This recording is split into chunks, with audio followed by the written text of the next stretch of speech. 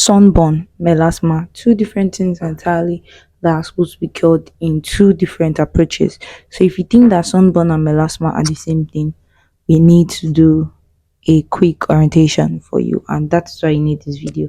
So make sure you get your pen, your jotter, and learn one or two things today. Hi besties, welcome back to the channel. My name is Bimbola Jai. I'm the host of this channel. On this channel we'll do skincare reviews, healthy skincare tips, how to look good, how to look put together, how to smell good.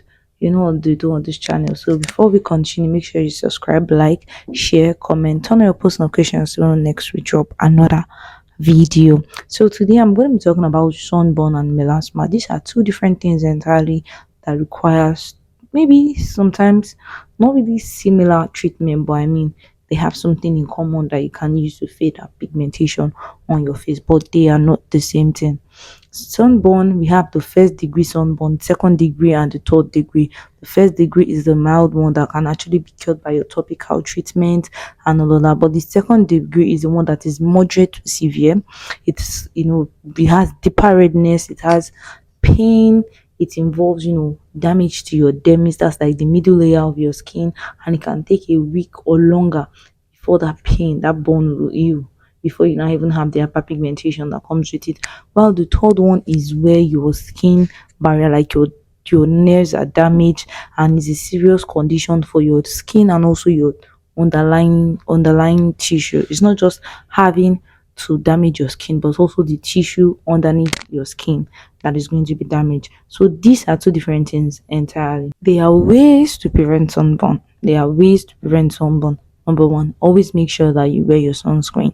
Sunscreen will protect you. It's like a shield, like a screen that will protect you from sunburn. And how can you do that? By wearing your sunscreen and always making sure that your sunscreen contains SPF 60 above, especially if you are somebody that will always be in the sun. If you are not somebody that is always indoor, always make sure to wear your sunscreen. So another thing is your topical treatment too. But before we do that, you always make sure that you wear your sunshade and your face cap if you are under the sun for a very long time. If you work on site, if you're an engineer, if you work, if you are somebody to use your protective measures as your face cap, your sunglasses, your shields, and all of that, so that you don't tend to have sunburn. Because even sometimes sunscreen might not be able to protect you as it has to, because the amount of sun, the intensity of sun at that point might be too much that you didn't even apply enough sunscreen to be able to face that. So we need to make sure that your protective measures are always on. It just helps you to do that. And if you have sunburn, it is different from melasma. I'm going to state that entirely. But now, what are the products? What are the treatments for sunburn? Very good. You need topical treatment. Number one, you need aloe vera gel. Aloe vera gel is a soothing and a nourishing moisturizing option that will help to get aloe vera gel. We have the Desire aloe vera gel. We have from Dr. Rachel. We have so many products to also fade, not help you to fade, but also help you to soothing your skin while you are, you are trying to treat your hyperpigmentation, and that is the best thing that you want to do. So as for his hydrocortisone cream, 1% cream that can help to reduce inflammation, pain, itching from mild sunburn. That is what you want to look for, things that can help you to to reduce that pain, to help with inflammation, to from itching. That is what you need. Another thing that you need is calamine lotion. Calamine lotion can help you to provide soothing relief for itchiness and irritation on your skin. So if you are somebody that have sunburn, the best thing that you want to do is what you actually want to look for simple products that would work for you, and that is some of the products that I've mentioned. And after that, you also want to look for things that are very soothing, that will help with irritation and all of that. But you know that you need humectant, you need peptides, you need ceramides in your routine. As somebody that is suffering from sunburn, the first one is hyaluronic acid. It is a powerful humectant that draws moisture to your skin, helping you to rehydrate your skin. You can get a lot of hyaluronic acid. You can get mucins, you can get the Kojic hyaluronic acid intensive cream, you can get the Palma hyaluronic acid, you can get the face fat ceramide cream, face fat ceramide serum. These are amazing serums that would work for you. You also need niacinamide. It helps reduce redness, irritation, and also enhancing your skin barrier. That is vitamin B3. You can get the Tiam Vita B3 source. You can also get the face fat niacinamide. You can get the ordinary niacinamide. You can get the Cosrx niacinamide. These are amazing niacinamide that would help your skin to pop and also fade up pigmentation, while your hyaluronic acid, your imitant, your peptide are helping you to do what? To draw moisture to your skin. Another thing you need as somebody that has sunburn is Cantella aesthetica. Cantella aesthetica is an ingredient that regenerates and has a soothing property that helps your skin to heal faster than it's supposed to. It helps your skin to heal faster than it's supposed to and reduces inflammation. This is why you need it. It is super good. It helps to reduce appearance of dark spots. Once your face begins to heal, you will notice that these spots start to fade. And how can you use it? By using all of these treatment that I've mentioned. If you're somebody that on a budget, you can go for cheaper ones. If you are not really on a budget, or if you think you can afford ones, you can go for expensive ones. The goal is to get the job done, and that is what I'm going to educate us about today. So there are some ingredients you need to avoid when treating sunburn. Number one, because most times you need to avoid some ingredient while treating sunburn because they can cause further irritation on your skin, will trap it, and they will reduce they will slow the healing process of sunburn that you're trying to cure. The first one is petroleum based products. Ingredients like petroleum jelly on your face when you are treating sunburn can trap it in the skin and are not recommended for treating a very fresh sunburn. Number two is fragrance and alcohol. At this point, your skin is very sensitive. You want to make sure that you look for products that will help your sensitive skin.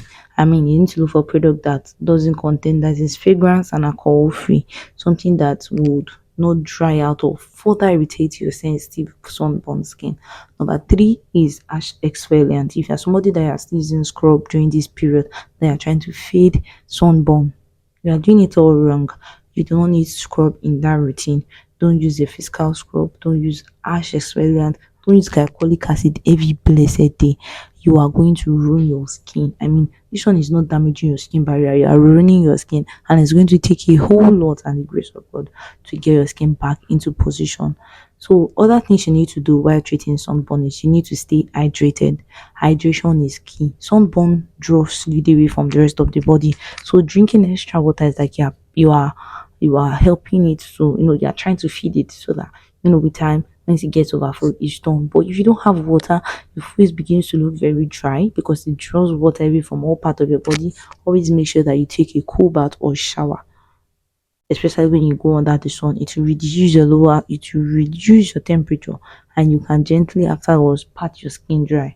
That is one thing that people do not know. So most time when you go under the sun and you come back, always make sure that you pour water on your body immediately. This is just to help not to have sunburn. Most time when you come back, your skin temperature will regulate back to the way it's supposed to be. Avoid blisters. Do not burst blisters from the infection. Once they break on their own, blisters comes with sunburn sometimes. Once they break on their own, treat it like a wound. Don't pop it. It is very wrong to pop blisters when you have sunburn. Another thing is protect your skin. Avoid further sun exposure, especially when you have sunburn. Always protect yourself. Use a mineral based sunscreen if you must go out. Please, it is very important to do that.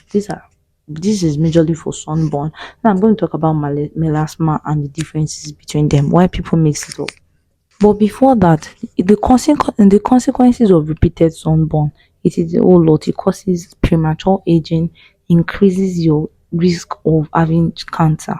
This is a problem. So you always want to make sure that when you have sunburn, you're always indoors. Sunburn is caused by excessive exposure to UVB rays from the sun. You get more like tanning. It's not only You don't get it only from the sun, you get it from artificial sources too, like tanning bed.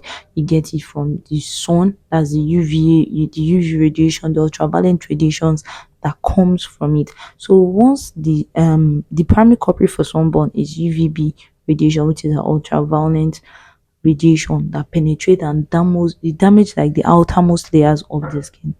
That is where this problem. It damages like the outermost layer of the skin, that is the epidermis, and because that these high energy photons would directly damage the DNA within your skin cells. This is a whole lot. So if you're somebody that can avoid this one, please avoid it, especially when it is very hot. Once the intensity is so high and you need to be outside, always use your protective measures. They help you. Is melasma. Melasma is different from sunburn. Melasma is not harmful or contagious, but the changes in appearance can cause distress to some people. It affects women more than men. Sometimes they call it the marks of pregnancy. It's a common recurrence in pregnant women. So we have simple common symptoms that you can notice and you know that you have melasma. Patches of discoloration. The main sign of melasma is darker patches on the skin.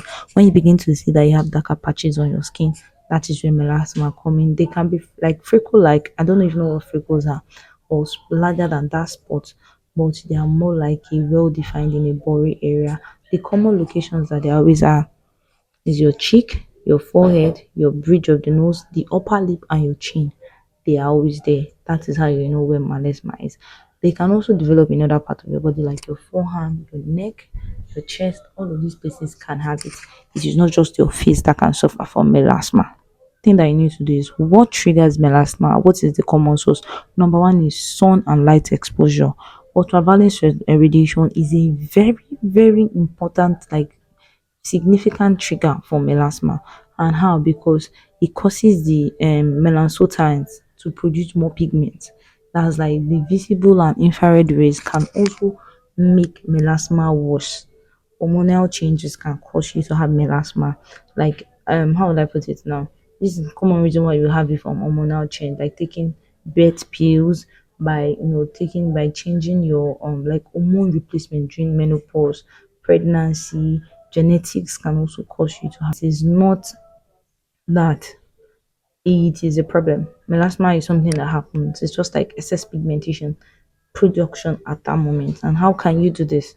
I'm going to mention this. So there are ways that you can treat it, obviously. And I'm here for you as a skincare bestie. So I'm going to mention it. The first one I want to do is street sun protection. This is why I said that sunburn sunburn and melasma have things in common, because you need to protect yourself from the sun. Most times you can get you can't get sunburn from genetics, hormone, but you get melasma from your hormones, your genetics, and all of that. But the major causes of both sunburn and melasma is the UVB rays in the sun. So why you need to protect yourself from the sun is to prevent melasma and sunburn. Not that you can't have melasma from any other thing. You can also have sunburn from artificial tanning. Do you understand? You see that there are two different things entirely. They are not the same. So another thing is that you need to the first way to treat melasma is topical treatment. Some creams can help you to fade the patches. Number one, hydroquinone, azelaic acid, tretinoin.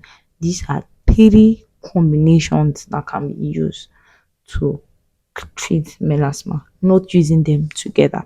I always said I call them three combinations because they are actually very good. So I'm going to mention like top serum ingredients you can use. Number one, tranexamic acid. This works to reduce the production of melanin, and it is often in serums, majorly for serums. That's where you can get the 9S tranexamic acid. You can get the bright and clear. It also contains tranexamic acid.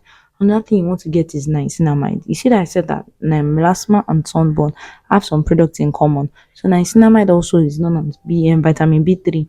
It helps like the control of transfer of the pigment. Vitamin C, kojic acid is a very strong lightening agent that is derived from various fungi like kojic acid. So it helps to reduce it. Alpha arbutin, azelaic acid, these are things that can help you to reduce it. So we have highly rated serums that you can use for melasma. These are kind of expensive, but trust me, they are very good.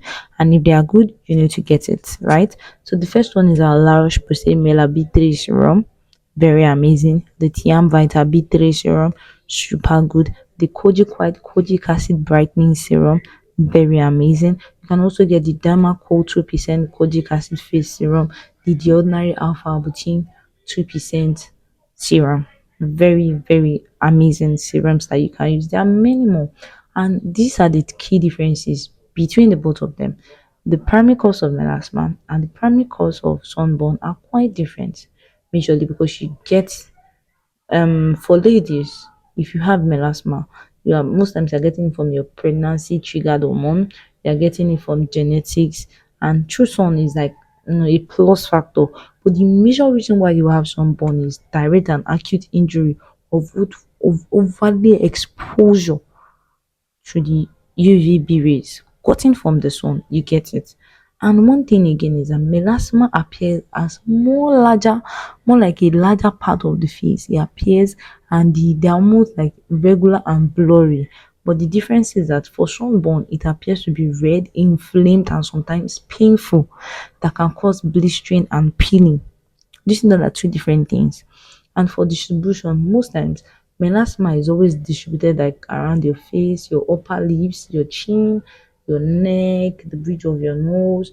But why for melasma is for sunburn, it is any part of your area that it is exposed to the sun. It doesn't matter if it's your leg that is exposed to the sun, leg will have sunburn, and you begin to treat that. So you need to understand that these are two different things entirely that take two processes to be treated, and this is how you can treat them. I hope I've been able to convince you that they are not the same. Not the same at all. Melasma is majorly caused by hormonal change, genetics. It results in large and symmetrical patches on the face. While sunburn is caused by overly exposure to UVB rays or artificial tanning that comes in as spots or they are red, inflamed, and all of that. So make sure that you know the differences before you treat it. And I hope you've learned one or two from this video. If you have, kindly give this video a thumbs up, like, comment, share, turn on that notifications to know when to drop another video. And if you do have questions, kindly drop them in the comment section. I'm going to be answering them. Bye, besties.